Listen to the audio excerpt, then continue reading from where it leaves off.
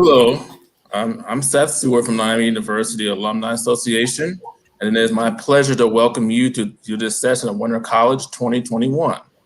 For more than 17 years, Winter College has been the Alumni Association's premier alumni education event. We are so excited to be able to bring it to a broader audience in our virtual format. We have an amazing lineup, and you can navigate the full schedule by clicking Events by Type on this website's top toolbar and selecting Winter College 2021. And from the drop-down menu, and feel free to join the programs even while they're in progress. And can't make it to all of them, sessions will be recorded and posted online. For our session today is Facing Down a Pandemic, Recent Grads Leading the Way. Our panelists today are three recent honorees of the 2020 18 of the Last Nine awards. And this program annually recognizes 18 outstanding young alumni who have graduated within the last 9 years, who have demonstrated exceptional leadership and excellence in their respective fields. Haley Berg, class of 2015, earned her BA in Economics and Spanish, and is an economist and a product lead at the mobile travel app Hopper, where she leverages her expertise in economics to drive growth and brand affinity.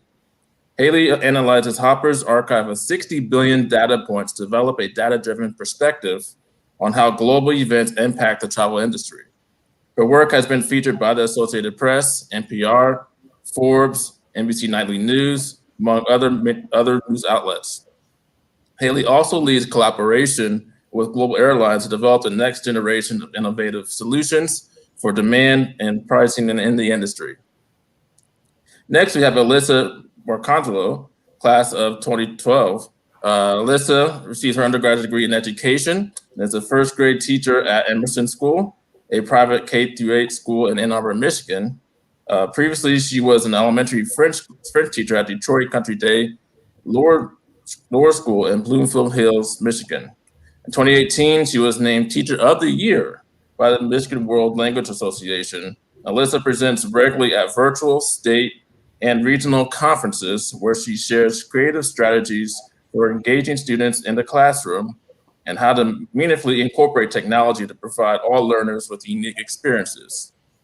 Also joining us today is Ethan Taylor, class of 2013.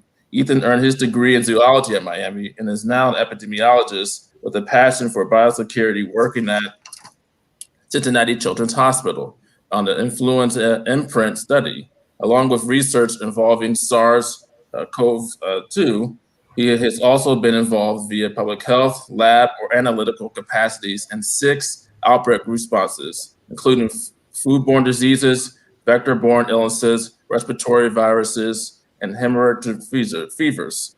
Additionally, he has been involved in other disaster responses, including Hurricane Harvey, and has advocated for biosecurity and public health preparedness with state representatives and congressional staffers. Thank you to all of you for taking the time to join us today. And now I'd like to introduce you to today's moderators, President Greg Crawford and Dr. Renate Crawford. Gregory P. Crawford is the 22nd president of Miami University. A native of Elyria, Ohio, he and his wife, Dr. Renate Crawford, came to Miami in July of 2016. Since his arrival at Miami, President Crawford has emphasized diversity and inclusion, engagement with students, collaboration, interdisciplinary studies all across Miami's campuses and colleges. Dr. Renate Crawford is the University Ambassador and Professor of Physics. She is a champion for the MI Women Program, Health and Wellness on Campus, and the recruitment and retention of underrepresented students in the STEM disciplines. Well, let's get started. And remember, you can submit questions or comments during the live session by clicking Ask Questions below the video. Thank you, Seth. That's great to be with everyone today. And first, congratulations to Ethan, Haley, and Alyssa on the 2020 18 of the Last Nine. It's great to see you again and have you back. What we thought we would do before we get started today is just give you a little bit of time, and maybe you can talk to us about how Miami shaped and impacted your field of work today and your career and your journey a little bit. And maybe Alyssa, you want to start off? Sure, I'd be happy to. This is such a big question because there aren't enough good things I can say about my time at Miami and how it shaped me into the educator I am today. I loved my time in the early childhood education program. I had really fabulous professors that They emphasize the importance of social emotional learning, as well as a blend of routines and creativity in the classrooms. And all the teachers I had, they truly modeled responsive and empathetic education in action. It was exactly the type of classroom environment I wanted to be in, and I wanted to create one day when I had my own classroom. The way that our cohorts were designed, everything was so collaborative.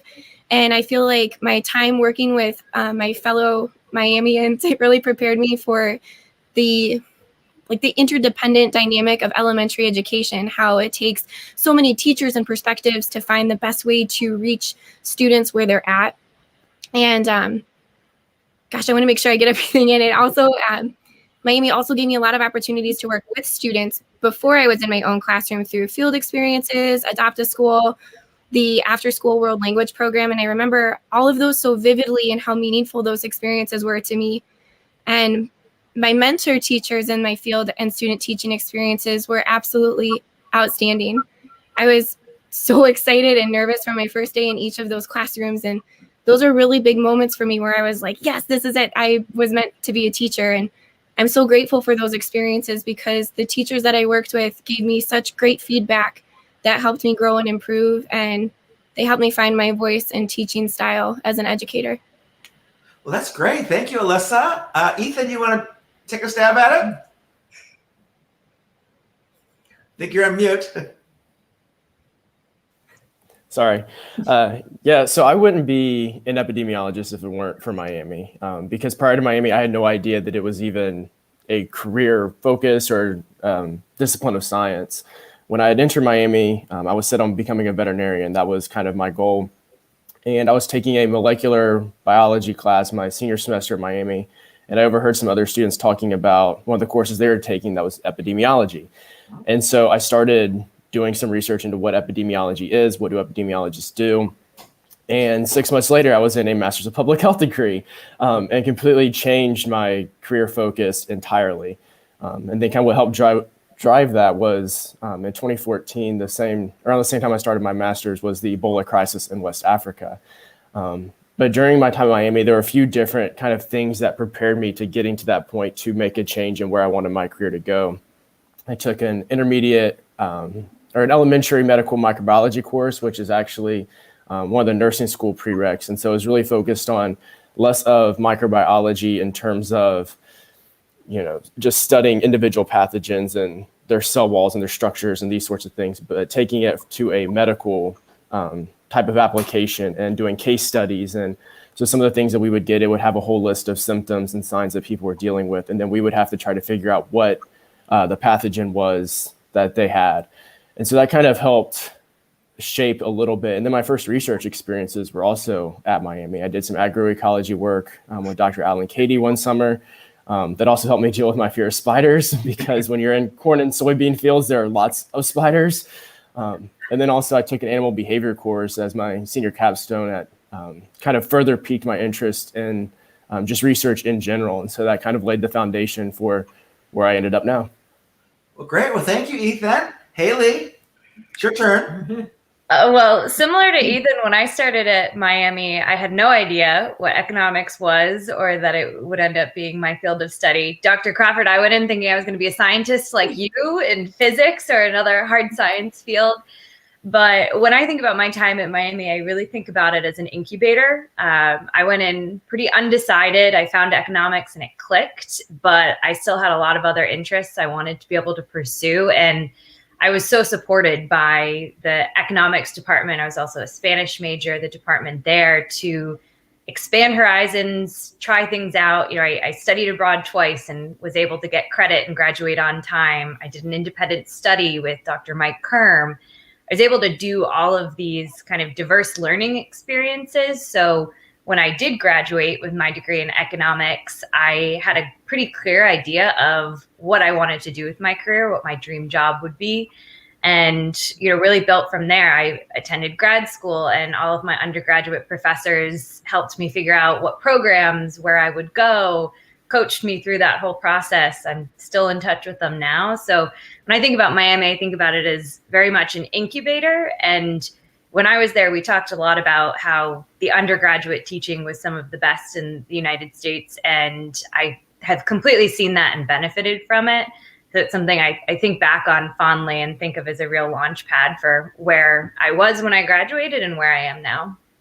Well, that's great. Well, thank you. Thank you so much to all of you. And you've pointed at all of the things that we always talk about, right? That undergraduate education, undergraduate research experiences. I do think now, Ethan, that everybody knows at this point what an epidemiologist does, not then, but absolutely now. So now we wanted to ask all of you independently a few questions about indeed, how your career has been impacted. So Haley, since you were last, you get to be first now. Let's do it that way. So I have like 3 or 4 questions I want to ask you, but let's just first start with, not all of our viewers may be aware with like what Hopper is and what their business model is. So if you could start with that, and I'll take you down some of the other questions I'm really curious about. Yeah, so Hopper is a mobile travel app. We predict hotel and airfare prices and notify our users when it's the right time to book. So the core value proposition we offer is a data-driven recommendation. We use machine learning and AI to fuel our forecasts. We take in about 750 billion priced itineraries in our data stream a month, and we've amassed more than 15 trillion data points. So for those data junkies out there, it's really an environment and a company which is driven by what we know to be true in the market. How we actually make money, much like airlines and other online travel agencies, is through ancillary products. We do that with our own spin. So we've built and modeled from scratch all of the ancillary products we sell. So a couple examples would be travel insurance, something that many people are interested in buying these days. We built from scratch our own risk models and our own pricing models. So we've essentially built an insurance company in-house to service our customers. So we focus on data to drive recommendations to get customers into the app. And then how we grow is through the development of these primarily risk-based financial technology products that my team and other teams are really building from the ground up. Awesome. And you've already touched on it, but also wanted to ask, how has the scope of your work changed now in this, pandemic and people's travel? For a while, we weren't traveling at all, but definitely both national and international travel has shifted quite a bit. And how has the scope of your work changed during that time? I know you mentioned the insurance already. So our insurance sales are through the roof, that's for sure. But, if you, as an economist, my lens is always supply, demand, and shocks. And there isn't a bigger shock than demand for travel going from over the moon to 95% down. And it really has changed the way that we are approaching how we build products and how we form opinions and give insights and recommendations. So 2 explicit examples. One is forecasting prices. Traditionally, to forecast a price and for us to give a recommendation for our user, we use historical demand and prices, but there isn't a historical data set for a pandemic where people aren't traveling, where their preferences are very different. So we've had to really pivot and focus on, how can we use learning models? How can we use new subsets of data to provide the same value for customers and still give those recommendations on, is this a good price, is it not, in an entirely new context. But more than that, we made a decision in March. Are we going to be a company that builds for a pandemic, or are we going to build through it? So we've been focused since that time on where do we want to lean in now so that when demand does come back and travelers have these different preferences, we're better positioned than any of our competitors. So we're focusing, specifically, I've shifted from focusing on market research that helps inform and helps us to work with airlines with things like demand planning. What's the next Iceland? What's the next Croatia? We're moving away from that and moving towards, can we do a better job pricing than you can? Because we're now, super smart on consumer preferences and demand in the marketplace. So we've definitely made that shift away from, our bread and butter of forecasting, very traditional approach to, how can we open a door that was closed to us before the pandemic and really step through and build new technologies that are going to change our trajectory, but also better serve customers.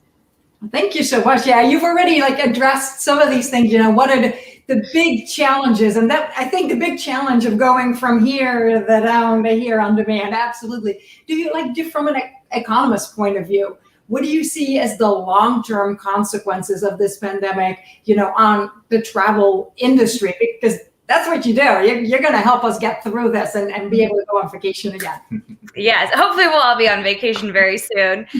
I think that we're going to see one thing continue and one significant change. So what's going to continue is low prices. We've seen for the past 5-6 years that every year prices are lower and lower for airfare. Look at travel to Europe. It used to cost $1,500 to fly round trip to Paris in the summer. This year it costs $780.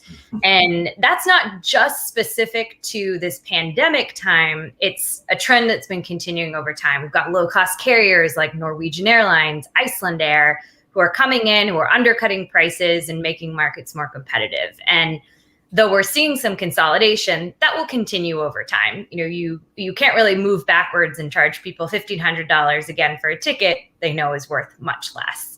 So we expect that to continue, but what I really see changing is the power dynamic between the customer and the pricing in the market. So, if you think back to maybe a trip you took summer of 2019, you probably bought your ticket and then you had to pay for your bags and pay for an upgrade, maybe pay for snacks on the plane. No flexibility in that ticket. You can't change your dates or else you'll be hit with a $200 fine, something like that. And that's the first thing that changed when demand disappeared from the marketplace. Remember back in March and April, airlines saying no change fees. The value of your ticket is safe if you can't go on your trip. Free bags, free this, free that. And that's what's going to change. And it seems small, but what it means is the value equation between price and what you're getting is shifting, and customers have more power. I can fly for $100 on this airline and I get flexibility in my ticket and I get free bags, or I can fly for $90 on this other airline. The value equation is shifting. So that's going to be, I think, the longest term impact. And that's where a company like Hopper, we're going to thrive because we're going to be able to forecast and predict what that looks like. Well, thank you so very much. It was really good seeing you again. We'll have some more questions later, but I'll get it to Greg now. Well, thank you, Haley. Alyssa, you're up next. There you are. The pandemic has affected all industries, of course, but in a big way, it's affected education from K through 12 all the way through higher ed. And we all know the challenges that we faced having students in such close proximity and so forth. And so I'd love to have you talk to us about sort of the positive and negative impacts that you've seen on your students. But before you do so, can you remind us what grades you teach and also what disciplines you teach and all that good stuff? Yeah, of course. So I actually started the school year as a French teacher in my old position, teaching preschool through third grade. And in October, so middle of the pandemic, had a career change. And now I'm a first grade teacher at Emerson, which is a private K through 8 school in Ann Arbor. And the changes, I want to make sure I answer your question. You were asking about positive and negative student impacts? Yes, yeah, exactly. Okay. So throughout my time this year, I have gone through stretches of being in person and remote. And that in and of itself has put a real strain on especially young students. My first graders going back and forth and not having that consistency, that routine is definitely a challenge for them. But one positive side, when we are able to be back in person, even online during social time or like Zoom recess, they thrive at the opportunity to connect. They're so happy now that we're back in person to be together. There are still definitely stresses and anxieties of being in person that we're navigating. But that's definitely been one positive, is how joyful just, things that we took for granted have become. But there's definitely a lot of negative impacts that the pandemic has put on education. And I think those impacts are different for every student. You have to look at what their home life is like, what their personality is. Are they neurotypical or neurodivergent? So the pandemic really manifests itself in different ways for each student, and you have to be prepared to meet all those different needs in your classroom, whatever they might look like. I know that when we came back, some students were homesick. It was really hard for them to be in the classroom all day. Stamina was something that was really difficult to build back up, being in school at your desk, if that makes sense. It does. It does. Well, tell us a little bit about first grade. So now you're trying to adapt into the pandemic and pivot and change things up. You're using technologies. And so we'd love to hear how you did it with first graders and perhaps how you did remote learning at home when they had to go home for that short period of time. So with remote learning being at home, it changes the meaning of homeschool connection, like totally. So you have to be really mindful about how you're presenting things. And I love using technology, but you have to think how the technology is going to work for the student and the grown-ups that they're working with at home, their support system. So you have to think about how accessible your lessons are going to be for everybody involved. It might sound silly, but my biggest technology lifesaver throughout all of this was actually PowerPoint. You can take PowerPoint and make really cool, amazing, interactive activities. So when you combine academic rigor with cool transitions or sound effects, you can make an escape room or an engaging assessment. And that's really easily to transition back and forth between Zoom and in-person learning. And it's not as great as some of the cool high-tech tools or new learning platforms are. Sometimes using like basic bare bones in the throughout the transition between in-person and remote learning made it the easiest and most stress-free, hassle-free for all parties involved. Well, that's great. And then maybe if you could talk to us a little bit about transitioning back. We've been kind of away. I know that you've been back and forth for about a year now. And so just tell us a little bit about what your thoughts are about transitioning them back full-time and how you think that'll all play out. And also, I would just love to hear if you think any of these strategies that you adapted during the pandemic are going to stick when everything gets back to semi-normal.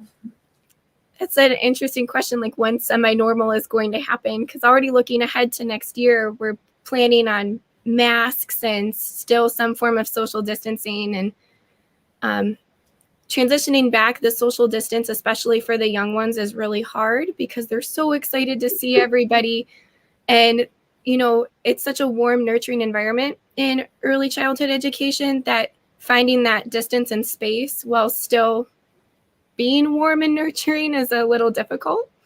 I know that my students, even though they were so excited to be back, an interesting thing that I've noticed is, especially with students with big families, they're also craving alone time, wanting to find some peace and mindful moments.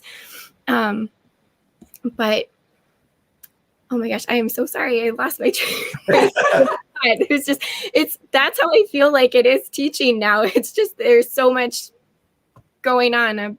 It's hard to keep it all straight. And I think I did mention it before, but stamina has been our biggest hurdle transitioning back to in-person. Students are so used to being at home, having one-on-one support with whoever their support system is, be that parents, grandparents, guardian, babysitter. And then when they're back in person, they don't get that individualized attention that maybe they were used to when they were remote. And just the workload, not having the breaks that they're used to at home, or the distractions, or video games, pets, whatever they had at home to enjoy in between lessons. Not having that at school can be hard too. I have had a couple homesick students when we've come back to in person. Well, great. Well, thank you so much, Alyssa. Thanks for all that you do for teaching and education and so forth. And I'm going to turn it back over to Renate. All right, Ethan. So it says in your bio that you're very passionate about biosecurity. Would you like to explain to everybody what exactly that is? Sure. So biosecurity is really all the practices, procedures, and protocols that we use to mitigate the spread of infectious agents, whether that's between plants, animals, people, or animals to people. If you were to do a quick Google search on biosecurity, a lot of what you're going to see is going to be related to on-farm. So animals moving between farms, people coming onto farms such as veterinarians, and the practices that they use to make sure they prevent anything from outside the farm coming in. I look at biosecurity on a much broader scale, and something that's kind of beginning to shift to being termed health security. And that really is trying to establish systems and capacities to allow us to detect whether that's an outbreak with a common pathogen that we're well aware of, or emerging pathogens early, so that we can best respond to it in order to prevent and mitigate any sort of negative consequences, such as a pandemic. Some of you might remember the anthrax letters that were sent after 9/11. And so that's another aspect of biosecurity. When you're talking biosecurity, you're really considering everything under the sun, whether that's an accidental release, somebody in a lab didn't follow proper protocols, or maybe they, forgot to take their gloves off or something and something escapes from a lab, or naturally occurring, such as our seasonal influenzas that we have, or an emerging pathogen, or any sort of bad actors, anybody that's developed some sort of biological weapon and seeks to use that in a negative manner, whether that's sending anthrax or developing certain pathogens, which the Biological Weapons Convention prohibits, but as we know, not everyone adheres to some of these treaties and things that we set up. So my passion really is in making sure that the country, and really globally, we're as prepared as possible to handle these challenges.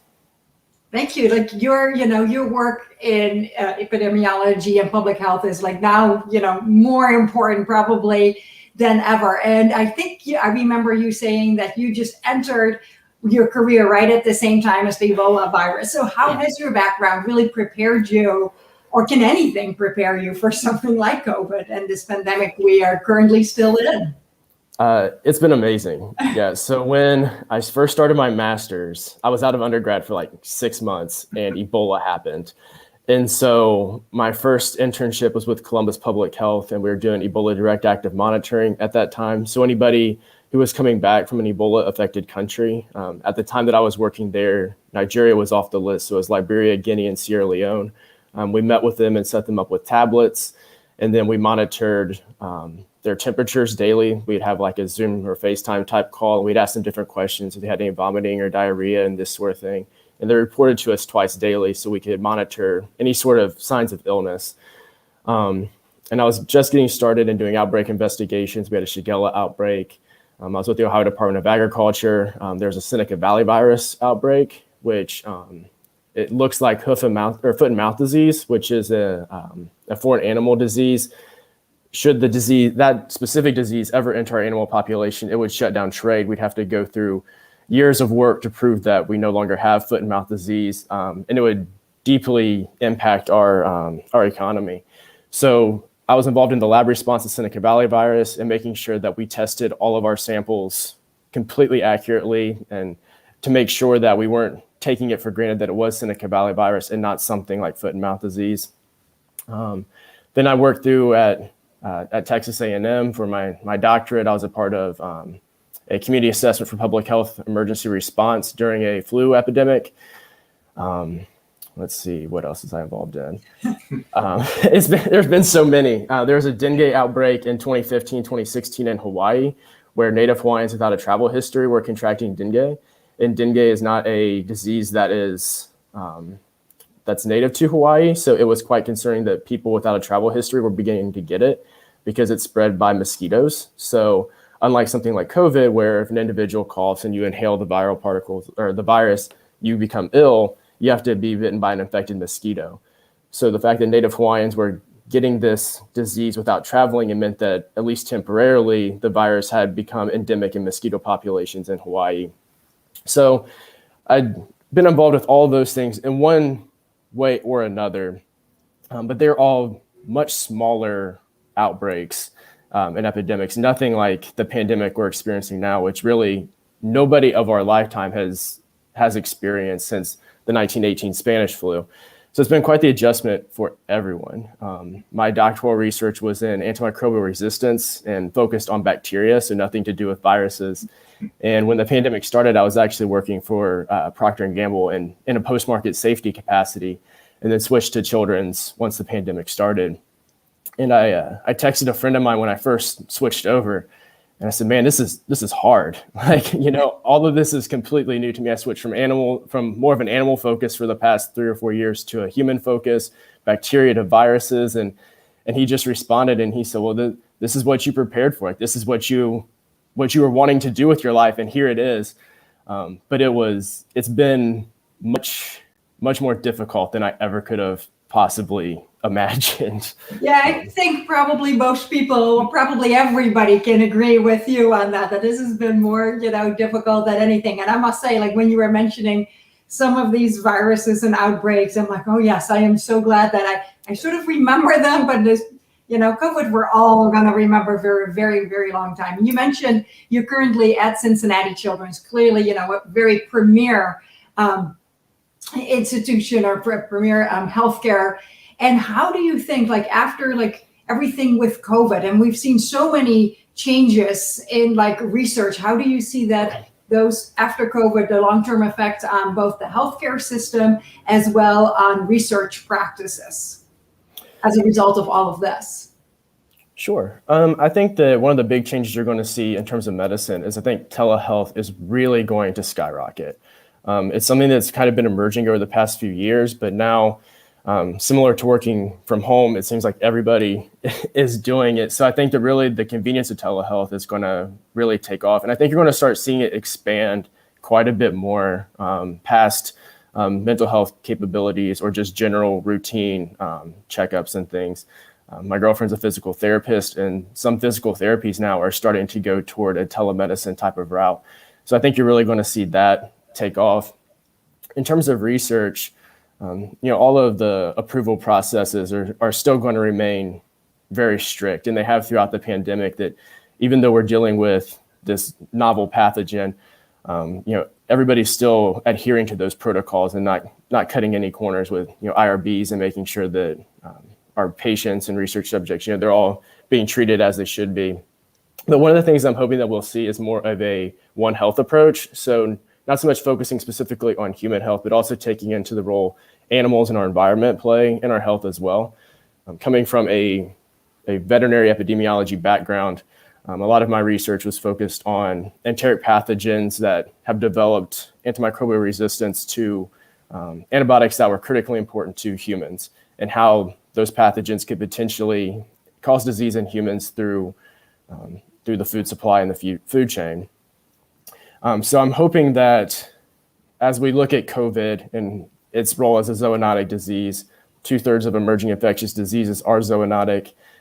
As the climate continues to change, as people begin to expand into previously uninhabited regions, that we begin to look more seriously into the role of the environment in general, as well as animals play into our health and their role in transmitting infectious diseases.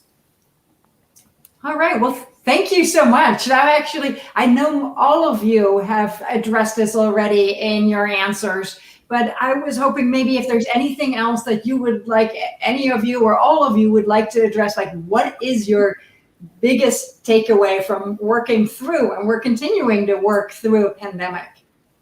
So I don't know, anybody wants to go first? I can jump in. I think as cliche as it may sound, adaptability is so much more important than I think we realized, whether it's personal adaptability to working from home, students being full-time remote, but also to my specific field, adaptability of models. Machine learning and AI are buzzwords people like to throw out there, but the reality is they are based on training data. And if you have big shocks in systems like we've seen in the aviation industry, how do you build an even smarter modeling system?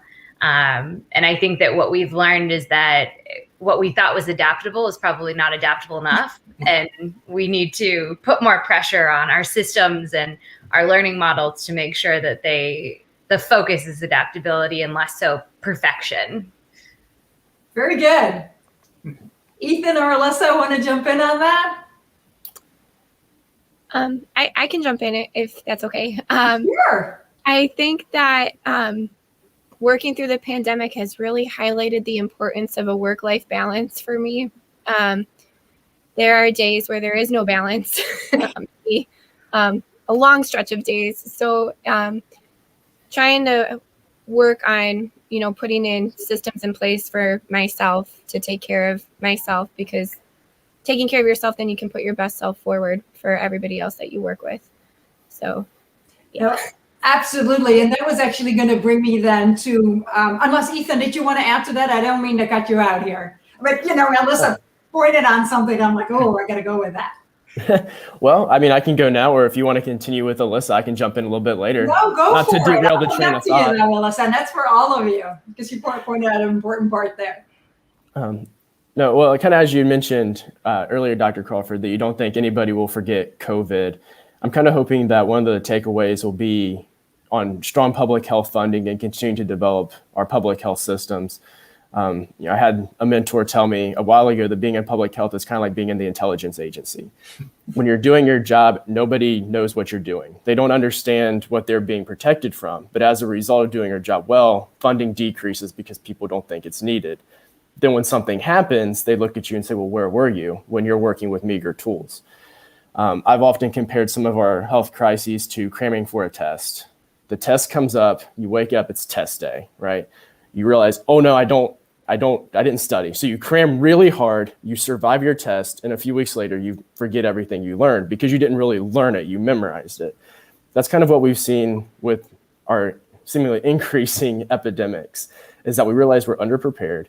We work really hard to get through it. And then within a couple months or a year, we forget about it. Funding goes away. Next health crisis comes. We're like, oh my gosh, we're not prepared. So I'm really hoping that through this, that we recognize the importance of public health and preventative medicine as a whole. In the country, we tend to focus a lot on treating diseases, which is much more expensive, both to the country and to the individual. And not good health practices overall. So I'm hoping that the shift will become less toward how do we treat a disease or an illness to how do we prevent it in the first place. No, absolutely. And so I won't quiz you on your physics to see whether or not you crammed for an exam and then forgot it or really learned it. Don't worry.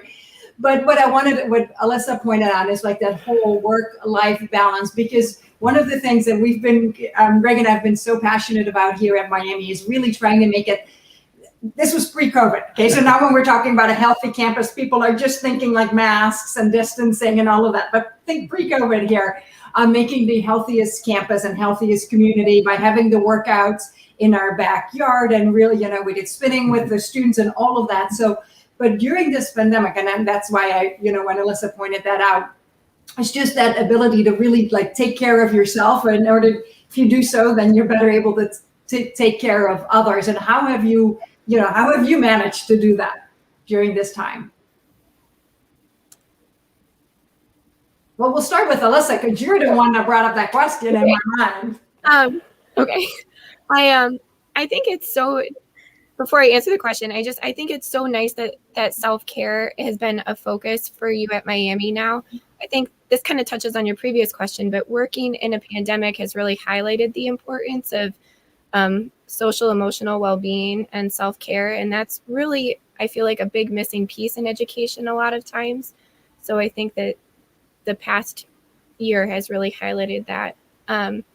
For me, just to try and carve out some time, I'm not always the best at this, but I try to set hard boundaries or like time limits. Like this weekend, I can do a little bit of work between these time frames, and then I'm definitely like going for a walk, or I plan things that I like, time that I can unplug and de-stress. During the week, that's kind of difficult, but trying to hold myself accountable to things that I put on my calendar has helped. Very good. Ethan?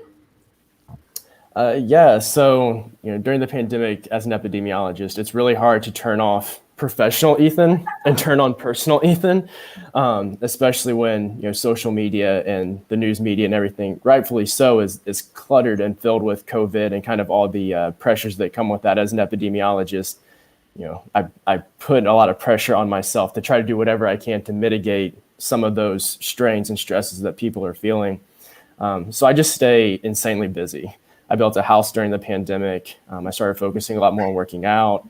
Published another paper for my dissertation, which just got editor's choice in the journal that it was published in. Wonderful. I'm 37,000 words into writing a novel. I started a podcast. I'm working on marketing. I'm like tired listening to you. I was like, man. It's insane. I joined the botanical committee at the Cincinnati Zoo and Botanical Gardens.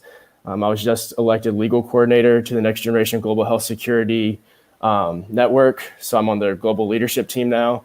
And so really, I just do whatever I can to prevent my mind to kind of wander back to professional Ethan and all the ways that, I'm not helping out with the pandemic. All right, I see that. But clearly you must have more hours in a day than the rest of us. But I love the fact that you also were talking about working out, because all of you have to at some point come back to campus and do our boot camps with us, because you get these lovely Crawford collection t-shirts. Haley, running, biking, the works.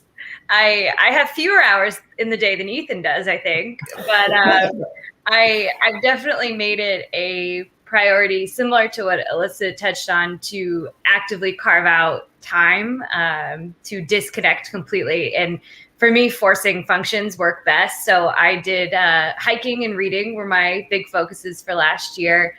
I had a reading goal and I really wanted to meet it. So it was a good forcing function to log off at, 6, 7 p.m. and go on to better things. And hiking, I live in New England. We've got the Appalachian Trail, just, 45 minutes from where I am.